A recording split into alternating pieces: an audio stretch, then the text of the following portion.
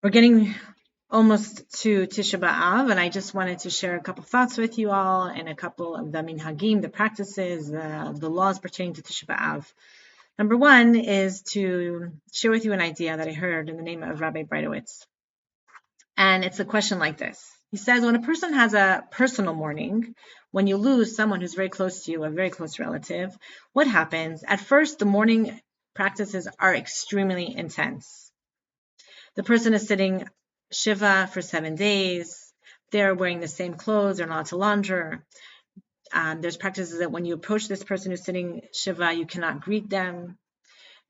And they are not able to take baths. They're not able to anoint themselves. Very intense halachot, very intense laws that very first week.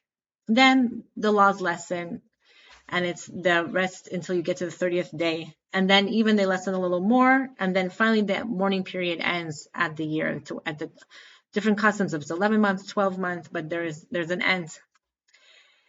However, when it comes to Tisha B'Av and the 3 weeks, we see that actually the mourning period starts off later, and it gets more and more intense as you go. The halachot, the laws become more intense on Rosh Chodesh Av, and then there's the week of Tisha B'Av, and then there's Tisha B'Av itself, and it's getting very, very more intense. So if it's supposed to be mirroring the laws of mourning, why is it not following that pattern that first it starts with incredible intensity and then gets less and less? Answers Rob Breitowitz is because when you have a personal mourning, you're so entrenched in it that the idea of mourning and the laws of mourning are to say, like, slowly, you're going to get out of it and you're going to go into real life. Whereas when it comes to Tisha B'Av and the idea of mourning for the Beis HaMikdash, mourning for the temple, that seems so far off, so hard to relate to, we have to actually ease into the mourning. We have to get ourselves accustomed to actually something on the outside that will help us penetrate in feelings on the inside until we get to the actual day of Tisha B'Av itself, where we've been changing different ways and habits and not listening, for example, to music, which is so uplifting and gladdens the heart. And then actually on Tisha B'Av itself, you're not allowed to learn Torah. You can't even say Psalms. You can't say Tehillim. Only Torah that pertains to the destruction of the Beis HaMikdash and the prophets that have to do with, or with tshuva, of really returning to Hashem.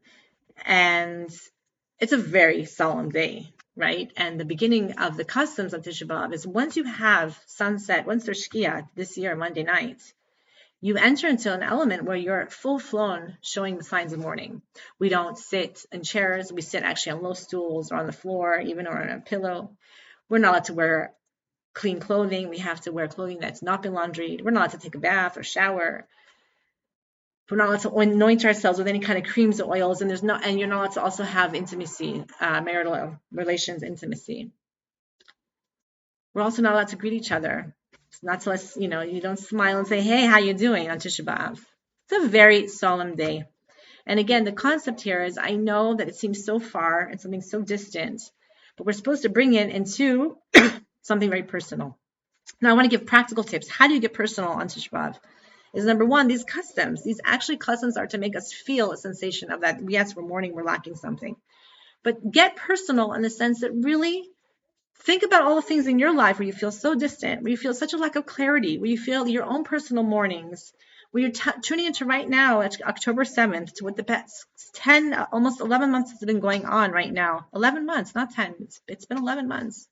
10 months. I'm confused there. It's been 10 months.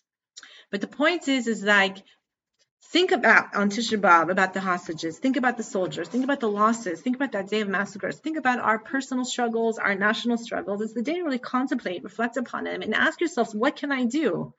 Because then what happens at Chatzot, the middle of the day of Tisha B'Av on Tuesday, is that you get up. And there's this concept of, as much as we're in mourning, we're always a people that has to get up. On the one hand, crying is very much a part of our culture. We always have expressions of emotion. We never keep our emotions in. In fact, the Torah talks a lot about kind of how to feel things, when to feel, it talks a lot about emotions.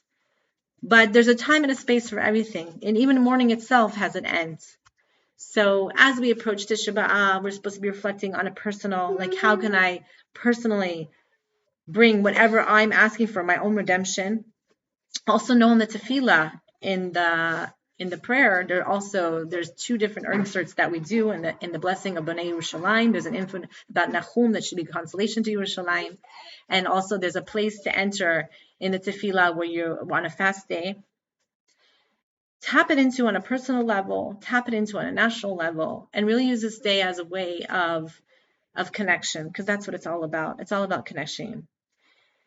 And I want to also mention something that I read over Shabbos that Rav Moshe Boyer brings. He says that, when the spies, our very first Tisha B'Av was when we were in the desert. And 12 people that came and they looked over Eretz Yisrael and they come back in 10, caused such hysteria and created such a report, and they were crying, and their tears had such an influence on everybody else, panicking, crying, making the whole entire nation cry. So the question is, wait a minute. First of all, are tears good or are they bad? On the one hand, we see that the gates of heavens are open to a person, like they're unlocked to a person who's crying. So tears are very powerful. When a person comes in sincere prayer and is crying, it's very powerful.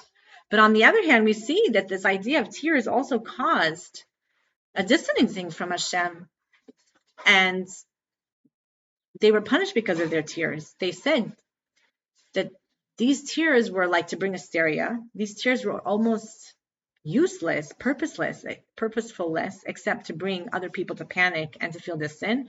And therefore, we see that actually tears are not good. So are tears good or are they not good? And the question here, like everything in life, is how you use it.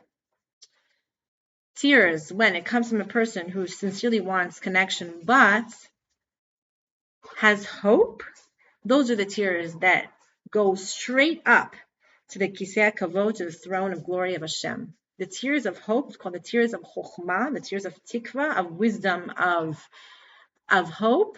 These are the tears that Hashem takes and He opens the gates. Because a very simple question is, why do I need a gate if tears can just come straight up? It's because there is a lock there. Because if it's the wrong type of tear, a tear that's just like feeling self-pity and not going anywhere and making you feel bad about yourself, making other people feel bad, making you feel bad about other people, those kinds of tears are actually referred to in Hebrew as tipshiot. They're tipshi. They're like stupid tears. They're baseless. They're wasted. They're tears that block the gates. The tears that are closed.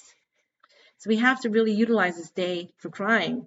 But what kind of tears? A tear of hope, right? A tear of knowing that no matter what is going on, I can still find my connection. I can have hope in a rebuilding. I can have hope in a salvation, and knowing that Mashiach will come. These are the tears that we want of Tisha B'Av. On the one hand, yes, they're tears of sadness, but they're not tears of desperation or suffering. They're tears of hope.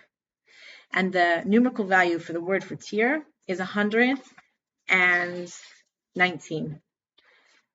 119, if you double that number, you get the number 238, which is the numerical value for the Rachel. Who is Rachel? Rachel Imenu. She's the one, Rachel, our mother, our mamale, Rachel. She came before Hashem and she said, Hashem, you got to let our people come back. You have to let my children come back. And her whole story that the prophet brings, that if everybody came to Hashem to argue, please let Am Yisrael come back, let it come back and redeem them. No, Hashem didn't listen to anybody, not to Abraham, not to Yitzchak, not to Yaakov, not to Moshe, not to David, nobody. Who did Hashem listen to? Rachel. Rachel, who nullified herself, who loved her sister and really stepped up to the plate and didn't want her sister to be embarrassed. Rachel, who was always looking out for her, and she's the one who's at the side. She's on the side, nullifying herself, crying for her children. And on the merit of Rachel and the tears of hope, the tears of knowing that I will never give up on my child, Hashem says these are the tears that will reach and they will redeem us. So B'ezrat Hashem, we will cry together as a nation, but tears of hope and tears of Yeshua, and together we will bring the Mashiach.